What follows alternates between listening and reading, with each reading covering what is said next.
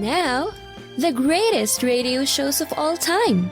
Suspense. The Shadow Node. Washington calling David Harding, counter-spy. Classic radio theater. The Great Gildersleeve. Fibber McGee and Molly. Dragnet. Gunsmoke. The Lone Ranger. Now, step back into our time machine with your host, Wyatt Cox. Good evening, friends of the Inner Sanctum. Before he was Johnny Dollar, he was George Valentine. Bob Bailey in an episode of Let George Do It along with Virginia-Gregg as Brooksy. This episode goes all the way back to January 8th, 1951. This is the story of the man behind the frame. Personal notice, danger's my stock and trade. If the job's too tough for you to handle, you got a job for me, George Valentine. Write full details.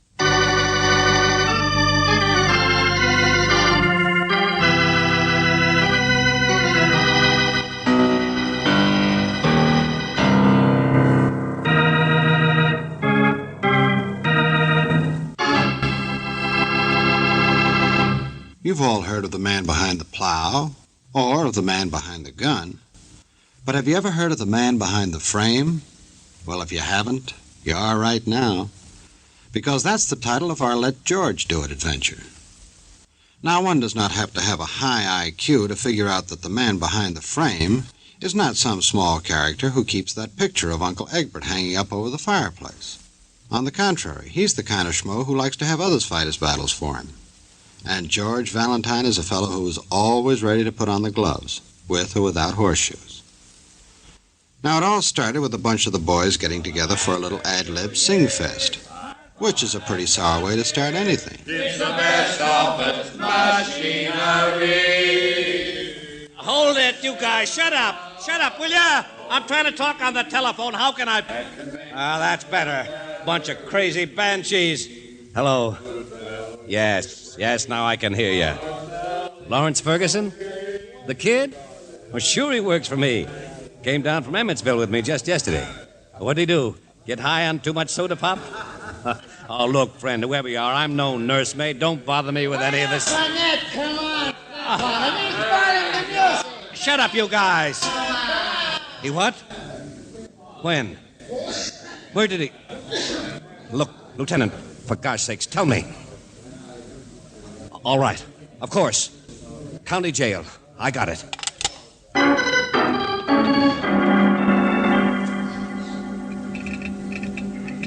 Dear Mr. Valentine, my name's Vic Burnett, Federal Office Equipment Company. You remember, the guy sold you the wire recorder for your office. Well, I'll cancel out the last 3 payments on it if you come down fast to the county jail. I need help. A crazy rube I brought into town for a convention just so he could see the sights is now staring at the inside of a cell. He's been locked up for murder. Okay, Mr. Burnett, But I feel responsible for him. He's never been down here before. He's not even a salesman. You see, up in Emmetsville, You want to see him, Valentine, or don't you? Just a minute, Lieutenant Johnson. He's never done anything but read comic books, but I can't let him get railroaded like a common I'm sure he's not being railroaded for anything, and a woman is dead, isn't she? Miss Brooks, listen to me. This kid That's is a good absolute... idea. You listen to him, Brooksy. Come on, Johnson. Gladly. Valentine, wait a minute. I just want to hear it from the kid himself, that's all. What a job. My poor boy's in the hands of the law. Oh, well, that guy's just trying to help. I'm an old man. Guys like Burnett help me get that way. What's eating you? You'll see. Here, through here. A woman was murdered, huh? Take it from there. Hotel apartment where she lived. Name was Sally Fife. High-speed typist. Typist. Yeah, where do you meet her? What happened? You'll see. Oh, look, Johnson. Blow on the side of the head with a bottle. Oh, little party? Little gal about 35, fast talker, neat, clean, small business of her own that didn't amount to anything. Fight. Sure, a fight of some kind. What else? This is a very refreshing, original story. Why was the kid picked up? Were there witnesses? He was caught trying to run down a fire escape this morning. Taking us all day to even pry his name out of him. Well, I don't see. He's 26. Skinny, sandy-haired, pimply-faced 26, and probably never earned more than 26 a week in his life, either. You see for yourself. Hey, wake up. Ferguson. Oh, excuse me. Hello, sir. Sure. Oh, don't stand up. Just thought you were asleep. No, sir, I can't sleep. I just shut my eyes like that. I do it in the office sometimes so people don't know I'm thinking. Okay, I'm not sir. This is Mr. Valentine. Sure. How do you do, sir? Whatever you say. Yeah, hello. Sit down, Lawrence. Yeah. You want to hear it too, I guess. I don't feel very good, you know. Last night you had some drinks. Yeah. See, Mr. Valentine, I'm just a clerk in the office. Up in Emmetsville, I mean. Been there 9 years. Uh-huh. I begged so many times to come to conventions. The boss, it's Mr. Burnett. Last night you went to a movie, and after that a bar called the Silver Duck, and you had some drinks. Uh-huh. There was a banquet on the schedule, but, of course, I'm not a regular salesman. I mean, just a clerk, you know. But I do handle the boss's correspondence and the district records and things. Well, I was alone last night. I don't know anybody in the city or anything. You knew this woman, didn't you? This Sally Fife? No. What? No, I didn't. Not until then. In the bar, I mean. He met her there. Very refreshing. It's true, too. Go on. Well, I had several, I guess. You know how it is when a guy's alone, on the town, so to speak. I don't remember very well, but I guess I met her. She was awful nice. Anyway, sometime later, I didn't feel very well. Yeah, sure. It was a long way back to the hotel, and she said she'd make me some coffee up at her place, close by.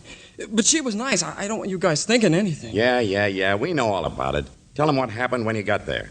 I've told you, I don't know. It's not clear. I'm not used to...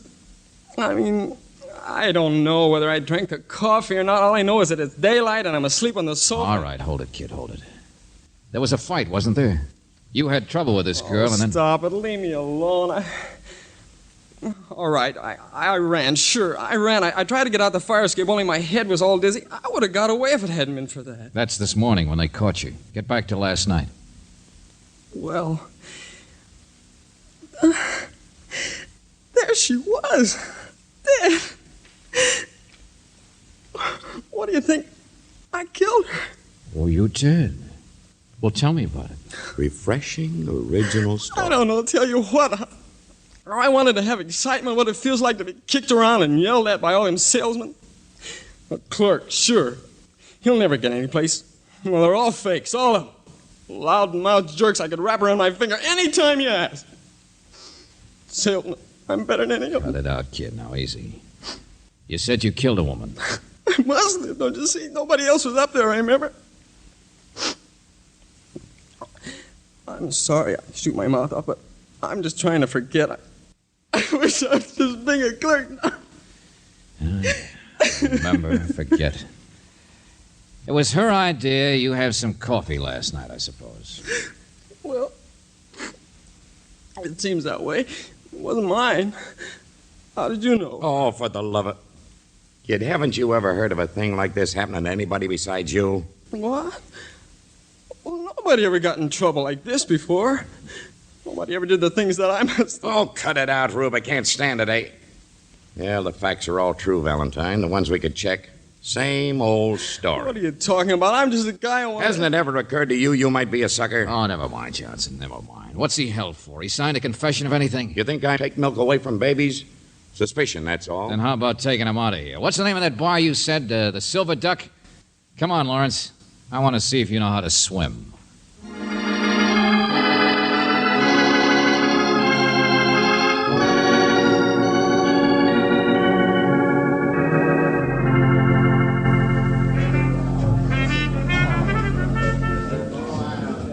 What's the idea, Mr. Valentine? This is where I was, all right. Relax. Nobody's noticing the handcuff. Yeah, but just to stand here all the time. Keep watching. Neighborhood place, same people every night. It's about the same time now, too. The girl, Valentine, that's the part of it that doesn't fit. She wasn't the type, wasn't a regular customer. Yeah, Johnson, it does fit. I'm just all mixed up. I want to go back Lawrence, on your first night in the big city, how did you meet this Sally Fife? How about a demonstration? I want to see how a boy from the sticks strikes up a conversation with a strange woman. Well, I know my way around. Oh, no, I don't know. She said hello to him. What do you think? He probably blushed, too. Johnson, you contradict yourself. You said she wasn't quite the type. Brisk, sharp lady with a job. There's one. That guy. Which one? Point him out. There with a cigar. Just came in. Oh, I don't know. I'm not sure. I must have seen all the people over here last night. I remember the waiters. Excuse me. Valentine, Lieutenant, wake up. What's the most likely way the kid here met Sally Fife? Got picked for a patsy or whatever it was. Somebody probably introduced him, don't you think? So I'll see you later.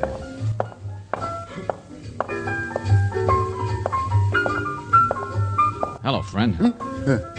Excuse me. Just wondered if I could borrow your newspaper a minute. Hey, what kind of a cigar is that? Here's your change, Loopy. 15, 20, 25. Okay, Jake, I'll see you. Wait a minute, friend. The newspaper? Help yourself. See you later, Jake. And sit still. What are you picking the fifth? Must have hit it nice, them fancy cigars, paying off your debt. I still got to figure Hialeah. Hey, look over my arm, man. I want to ask the bartender, Jake, here about you. What do you want? He's all right, mister. Sit down, sit down. Name's Loopy, huh? What do you want? Turn around. That skinny young guy standing over there. Ever see him before? One next to the heavyset man? No. Hey, Jake, what do you let snoops like this in for? Loopy's all right, mister. Loopy, you haven't been doping the races at Hialeah. Papers turned to the front page. News about a murder. And that kid's picture. So at least you've seen him before in the paper, haven't you? I didn't notice. Hey, what do you want? Here, Jake, here's my selections, all of them. I'm getting out of this. Sure, Loopy. Give me that. Hey, look out. Get your hands off I got him, so cool off. That other guy coming is a cop. I got nothing to be afraid of. Oh, no. Just wanted to get rid of these notes in your pocket.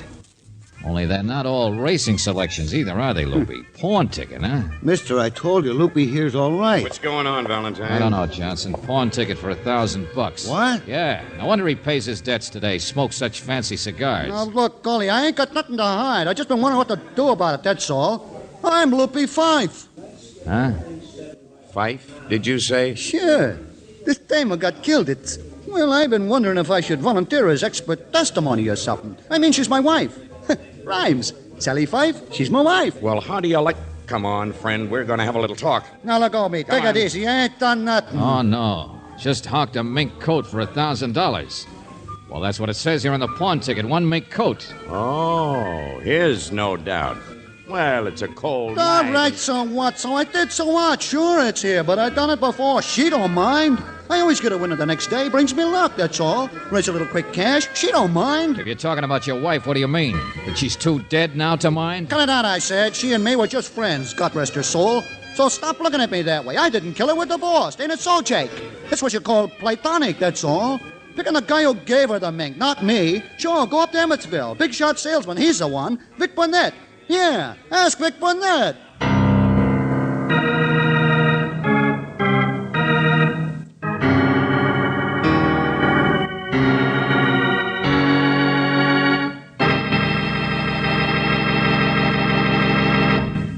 January 8th, 1951, Let George Do It on Classic Radio Theater with Wyatt Cox. Thanks for tuning in to Classic Radio Theater with Wyatt Cox. More of Let George Do It, starring Bob Bailey and Virginia-Gregg, January 8th, 1951.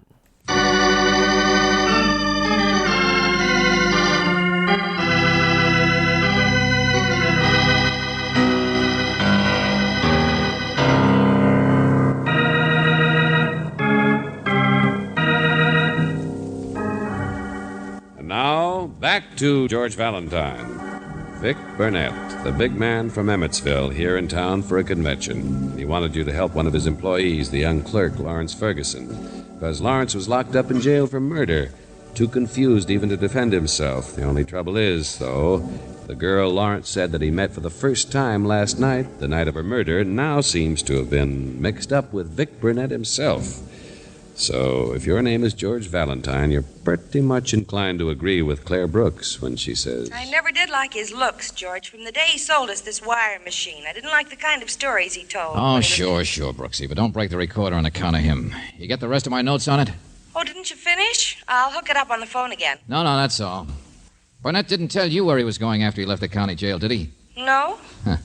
How do you like that? Write up your notes for a client that doesn't even... Well, we can't find him either, Brooksy. Salesman must have sold himself a powder and then taken it. Mr. Valentine, now you're just getting my boss in trouble. He wouldn't have done a thing like that. Kid, you want to save your job or your neck? I don't know. I'm all confused. I don't feel very good. This place just reminds me. Lawrence, we brought you here to her apartment to see what else you could remember. Well, I'm not helping any. I know I'm not helping any, but if you just leave him out of it. Burnett's in this up to his ears. Now, for the last time, relax. Forget what a sucker you've been and think. I'm trying, Lieutenant. That's the couch I woke up on. I know that. Who washed the glasses? Did you? No, I don't think so. Must have been drugged. Clean glasses. But liquor stains on the table and floor. I came up here to have a cup of coffee, I know, but... Kid, that husband, Loopy. You saw him in the bar when you met her. Didn't you see him up here, too, later on? Sure you did, didn't you? I didn't see anybody here except her. Oh, for the love... Okay, Rube, wait for us here. And by the way, there's a sergeant outside the other door. Well, going to get around to me now, huh? Just wanted to give you time to make your story good, Loopy. I know you guys think if you keep me cool and I'll get hotter, hey? Well, let me tell you, I'm just a husband, see? But we're divorced. I'm not surprised. She was a businesswoman. Little sharp around the edges, maybe, but standing a guy like you as a horse of another color. Incompatible, that's all. Just one of them things. Give the little lady her happiness, I said, but still platonic. Soft spot for old Loopy. You know how it is. Which brings me to the mink coat. A little matter which was over and done with yesterday afternoon. A little loan of the mink, so Loopy could pick the horse of the right color. If you don't mind my lifting your figures of speech. Just saw her for a minute in that bar, but I never came up here later on. Vic Burnett gave her the coat, huh? Yes, sir, but you see... When? Last year. How long's he known her? Several years, maybe. Fancy apartment. Her typing service didn't buy her all this. It's how she met him. Special work on his district records or something. He's down here a lot. And she used to write to his office when he wasn't. Boyfriend, that's all. It's perfectly legal. In love with business. And he paid her in mink. All right, so she knew a few things about him. So she had a liking for the finer things. Now you're warming up, friend.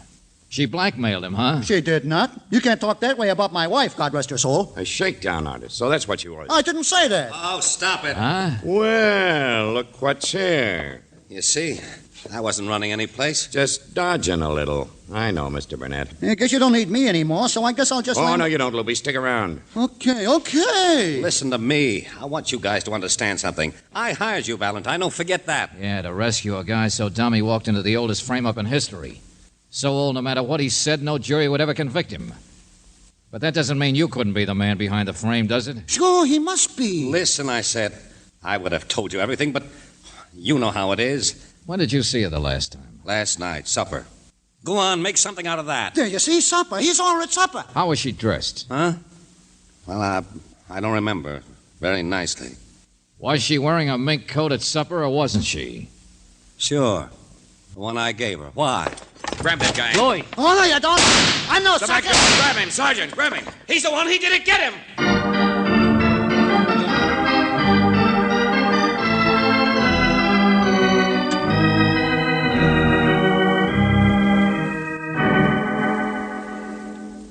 He got away, George? Oh, yeah, sure. Of course he got away, Brooksy. Johnson and Burnett after him like a couple of overfed bloodhounds.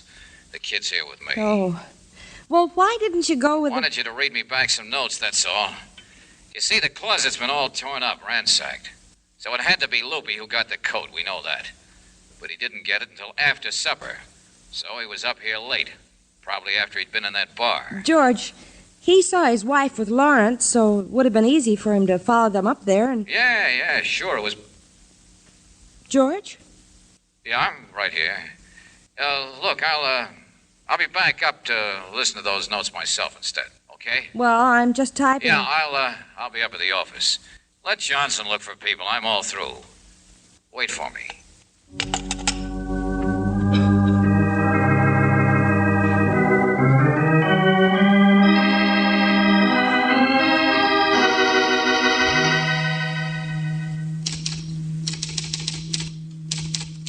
Notes for Burnett. Interviewed Lawrence Ferguson in jail. Has stack of circumstantial evidence against him, including the fact that he was caught running George, the scene of crime. I'm just getting started. The only trouble is... Oh. Hello, ma'am. I heard that voice and thought it was Mr. Valentine. I thought you were. You're Lawrence Ferguson, aren't you? Yeah, that's right. You mind if I sit down to wait for him? How'd you know? No, sit down. He described you, I guess. Oh, I was all dressed up last night. I Don't look like much anymore. Oh, don't be silly. I thought George was with you. I can't afford to buy the kind of clothes the salesmen do. They're jerks. You know that? Where is George? Oh, I don't know. He was on the phone. I was waiting for him. Then he hung up and took off like lightning. Thought maybe he'd come over here. Go on with your work. I'll just sit here and wait. Well, thank you.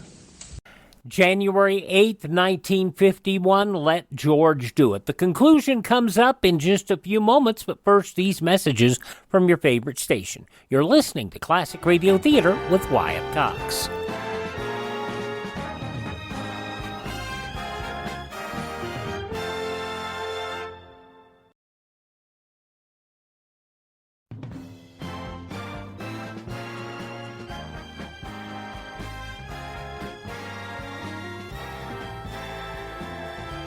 Thanks for being with us here on Classic Radio Theater with Wyatt Cox on your favorite station. Now the conclusion of Let George Do It. Bob Bailey, Virginia-Gregg, January 8th, 1951. Only trouble is, a matter of a mink coat. Loopy, Sally Fife's divorced no-good husband, Hawkins. Oh, Mr. Valentine didn't know yet, I guess. Today. Loopy got the coat last night. That's what there made is, with a man who committed murder, maybe even with a coat as motive, hock it. Seems to me he'd be a lot more likely to sell it. Mr. Valentine's a smart man, isn't he? At the time Loopy hocked the coat, today, he didn't even know his wife was dead. I'm sort of like Mr. Valentine in some ways. Smart. Where is George? Tell me. If he left to come here and you were with him, he'd be here by now. I don't know. I'm waiting. Just like you are. Yeah. He said the closet at Sally's apartment was all ransacked. Loopy wouldn't do that, would he? He'd know where the coat was. Maybe he already got it. You mean while you were in that bar with his wife? Maybe. She wasn't wearing it. How did you know she even had a mink coat? I don't know, ma'am. I'm all mixed up. Yes. Play some more. That machine, the salesmen sell. Big shots, jerks. They even got a song. Salesman of all FOE, we will have prosperity. Isn't that a laugh? Like a bunch of high school kids at a football game. I see what goes on. I can make more money than any of them. Lawrence, stop. Stop. I'll play it if you want. Sell it. Also, Mr. Burnett, it bothers me you'd hire me and still keep things secret. But you did hire me, so answer a few questions. Your correspondence up there in Emmetsville. Sally Fife did business with you, so whoever handles your correspondence would know about her. Check? And that's your clerk, Lawrence. He would have known about her through the handling of district records, too. But he insists he didn't even know her name until last night. Why? You killed her. The poor innocent boy being framed. You killed her. Mr. Valentine's smart. You're stupid. You killed her and ran, but you got caught. Don't say that! That's what she said. I'm sorry. They were sorry for me. They thought I'd been framed because I made it look that way. I spilled liquor on the rug and the table. I pretended. I used to give Sally information about Mr. Burnett. And then she'd get mink coats and things. I don't care. I don't want to know. She wouldn't give me my share. She said I was stupid, the same thing you said. Don't touch me. Why not? I had to kill you. Get away. Sally wouldn't give me my share. But I got even with her. And even if they caught me, I still made it look like I'd been framed. I looked for the coat, but it was gone. Get away, I said. But I still got away. Stop it. You Lawrence, Mr. Valentine, stop it. You can see I wasn't framed. They were sorry for me. They thought I'd been framed because I made it look that way. I spilled liquor on the rug and the table. I pretended. I used to give Sally information about Mr. Burnett. She'd get mink coats and things. Listen. Here, I don't want to know. You turn that thing so I to record what I say. It was stupid, the same thing you think you got a confession, don't you? There's a button on this crazy thing. I didn't know. No, I didn't. You bumped it yourself. Show you what kind of a prove I am. And so, Mr. Burnett, I guess you don't need a report. The kid you wanted me to help is nothing but a pin-brained loony. Where's the button? Turn it off at once. Oh, yes, it will, Buster. Oh, George, you're here. I'll show you the button.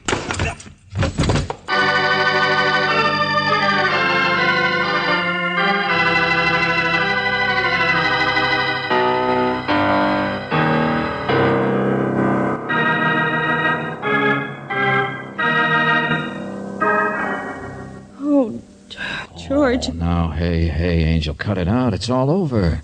He didn't hurt you. But I didn't know where you were. I thought he'd done something to you. Well, back when I was telephoning, he was outside with a cop. He slugged him and ran. But I told you I was coming right over. George, why didn't you say what had happened? Why didn't you... Look, now take it easy, Angel. I didn't want to scare you. I wasn't positive he was headed here, and besides, I came as fast as I could. But you must have got here a long time ago. You must have been standing outside and listening. Angel, it's all over, I said. I know you needed real evidence against him. I wouldn't have George. let him hurt you, Angel. Come on, let's go. You didn't do that on purpose, did you? I mean, not warn me and then let Brooksy, what kind of a guy do you think... Well, it just happened that way. Oh, look, darling, come here. There. That convince you? No. I don't believe you. Oh, but don't stop trying to convince me. If at first you don't succeed...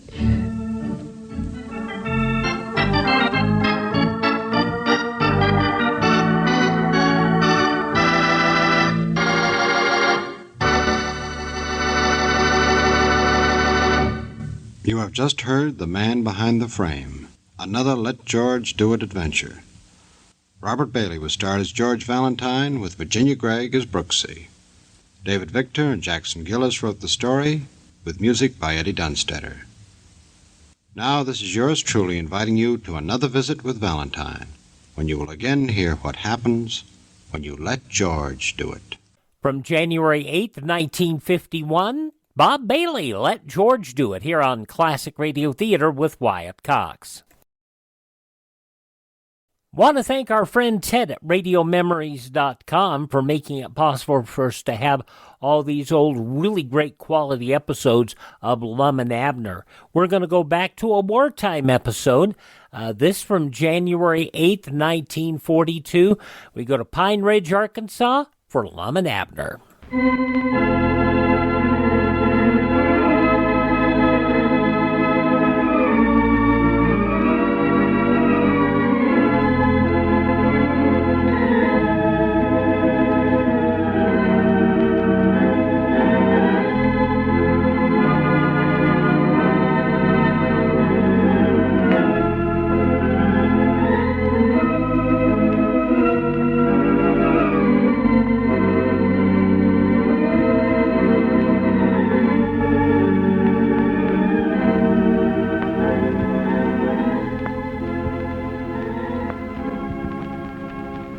Now, let's see what's going on down in Pine Ridge.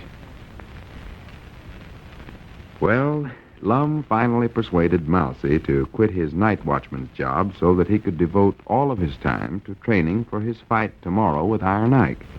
But to do it, Lum had to sign a paper giving Abner full ownership of the store and bakery.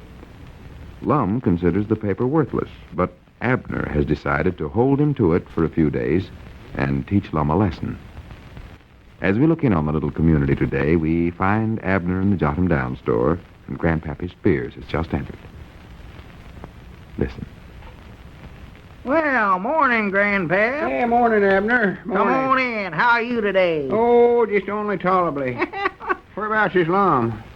Have you taken him back in the store yet? Oh, why, of course I ain't. Fact is, he don't even know he's out of it yet. He don't? No, he still thinks that paper he read out, giving me the store and bakery, is just a joke. Well, ain't you told him you're going to hold him to it? Well, I ain't had a chance. He spends all his time training that Mousy for the fight with Iron Ike at the carnival. Yeah, you ain't teaching Lum much of a lesson if he don't know he's actually lost his half of the business here. Well, don't worry. He's going to find out about it. And believe me, I'm going to make old Lum appreciate this store before I let him back in, too. That's your time, Abner. I'm telling you, Grandpap, I've just got myself to where I'm plumb sick and disgusted with all these big ideas that Lum gets himself mixed up in. Oh, he's a big ideas feller, all right. Yeah. Hey, whereabouts is that book I was reading in here yesterday, Abner? Well, over in the library somewhere, I reckon. You can find it over there. All right. Hey, wait a minute. You can't do this, Abner. Huh? You got the library table all piled up with bread here. Oh, well, I got to put it someplace, Grandpap. I used up every place else. Well, get it off. Get it off. I got to have a place to read. Well, I can't, Grandpap. Ain't no other place to put the bread. Now, listen, Abner. Your sign says this is a free public library, and I demand my rights. I want this table cleaned off. All right, all right. Just put the bread on the floor, then. Yeah, that's better. Dogged, I wish we'd never put in that dead blame library. Where else did you get all this bread? Have you catched on how to make it already? Oh, no, I never baked none of it. Elizabeth done it. Elizabeth? Yeah, I got her and little Pearl over at the place just baking bread fast they can. You ought to see 'em. Well, I do know. And I got Cedric out doing the delivering. Dogged, even with that truck, he can't hardly keep up. The orders is coming in so fast. Well, I'll be dogged. Oh, this lucky loaf is going like a house afire. Well, I knowed it was good, but I never thought it was this good. Well, it's on account of the changes I made in the idea, I believe. Changes? Yeah. You mean you ain't baking money into the lucky loaves no more? No, that's the whole idea of it. See, I just done it a little different. Lom's been doing it, that's all. Oh. Just made it a little better.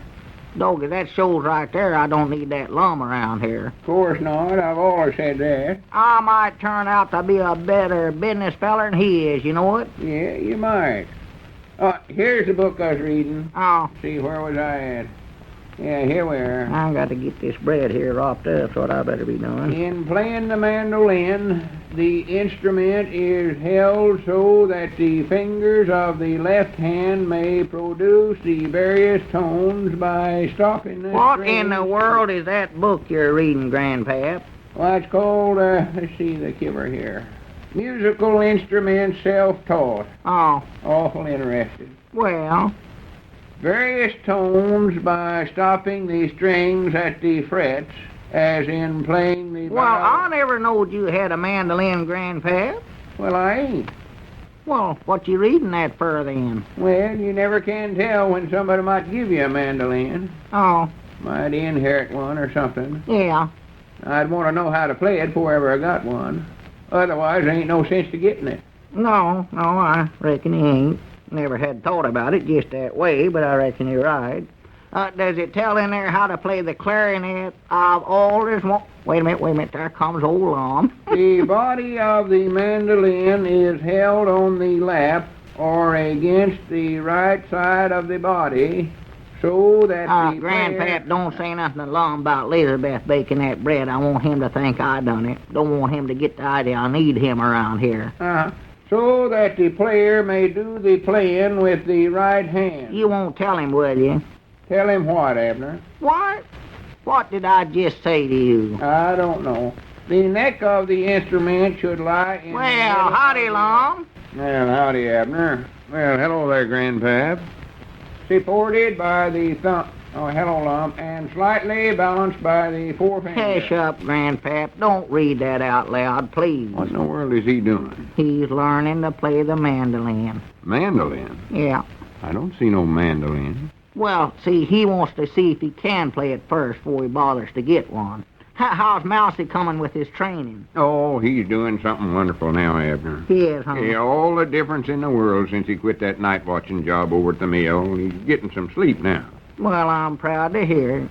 Oh, yeah, he's a champion, that Mousy. That's all there are to it. You ought to seen him work out this morning at the gymnasium. Gymnasium? Yeah, I got my place all fixed up like one now, you know. Oh.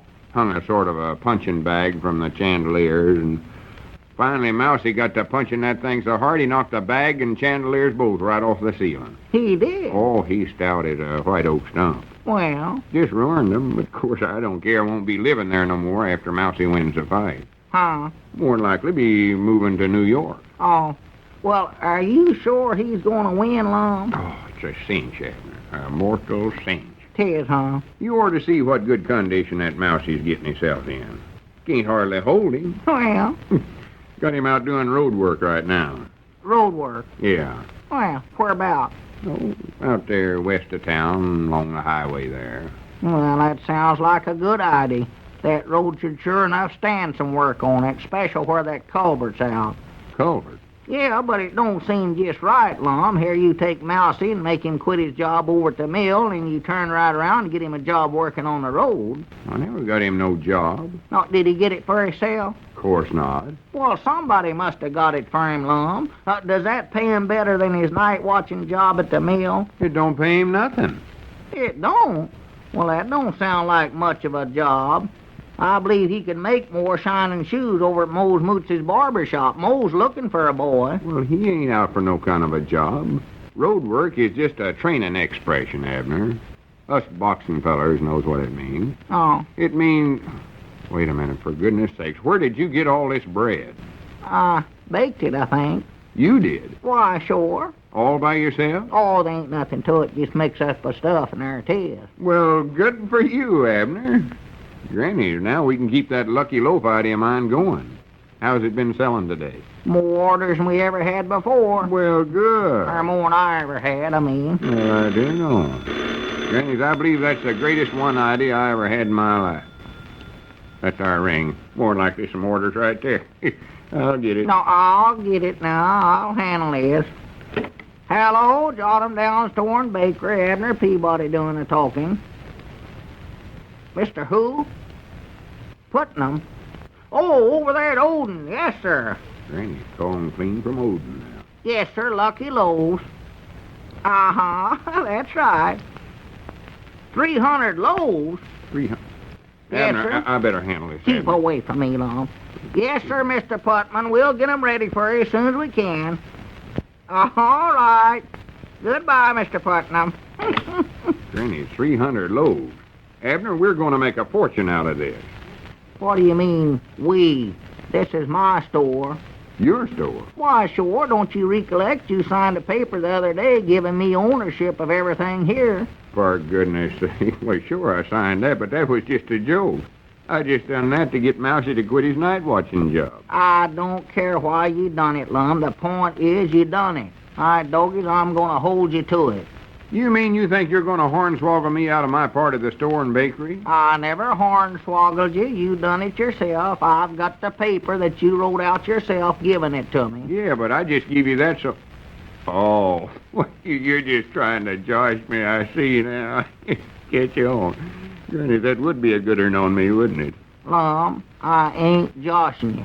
This is my store and my bakery. Now, you're plumb out of it now. Wait a minute. Are you serious about this? Of course I am. You give up the store and the bakery business for a prize fighter so you can just depend on Mousy for a living. Well, I'll be dead blamed. Well, you won't get away with it, I'll tell you that. I'll lawsuit you to the Supreme Court first. Lawsuit, I don't care. I've got a signed paper from you. You ain't heard the last of this, Mr. Peabody. Grannies, I'm coming back here and run you out of business if it's the last thing I ever do. If I can't do it no other way, I'll put in a big apartment store right across the street. And bakery. I'll show you, dead blame thief. Yeah. Oh, is he mad? Mad enough to bite. It's working, Grandpap. Huh? Didn't you see how mad old Lum got? No, I was reading here. What'd he do? Oh, he stomped out of here mad as a wet setting hen. He thought I couldn't get along without him around here. That feller Putman from over at Odin called up and ordered 300 loaves of bread right while Lum was standing here. 300 loaves? Yes, sir. Well, what are you doing, cutting the price on bread? No, I'm still getting 10 cents a loaf for it. That's what I'm getting. Yes, sir. 10 You're cents. sure doing the business, doing twice as much as you done when Lum was handling it. Yeah, I know it. I believe it's this little change I'm making in the Lucky Loaf idea's what's doing it, though. See, Lum was putting $1 in one out of every 25 loaves of bread. I'm putting 25 cents in every loaf. I doggies, they're going for it, too. Well, that just goes to show you that we never know what'll happen next down in Pine Ridge.